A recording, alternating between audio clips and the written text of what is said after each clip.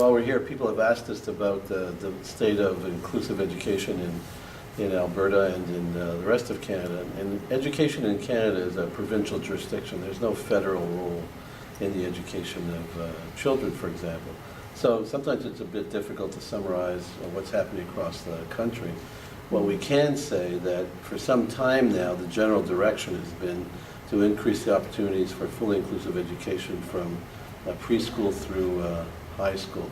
And that's resulted, for example, in the province of Alberta and some other provinces with policy and regulation, in fact, that says that inclusive education is what will be offered in the first instance, that the only way a child may not be included is if there's agreement by the parents and there's a sufficient reason to do so, which is in fact rarely the case. And as a consequence now, teacher qualifications are being revised to ensure that teachers are equipped and qualified to teach in a inclusive classroom. Administrators and principals, those regulations, if you want, or qualifications, are also being revised so that they too have the capacity, in fact, to mentor and support and be instructional leaders for their staff. And both in our province and elsewhere, you see continuing evolution of policies, in fact, that support inclusive education. The UN Convention on the Rights of Persons with Disabilities, for example, supports inclusive education. There's now more clarity on what is meant by that.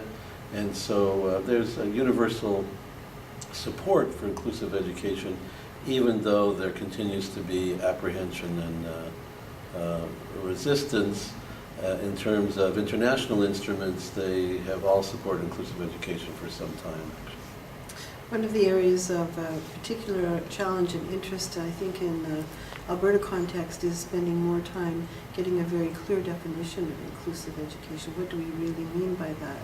And so it's been important, I think, for Inclusion Alberta and Bruce's work to be spending more time understanding that inclusion really means children being in the regular classroom, and that the supports and adaptations and modifications that are required are for all children to have the same curriculum. So if a child has a disability, it doesn't mean they aren't participating in the same curriculum.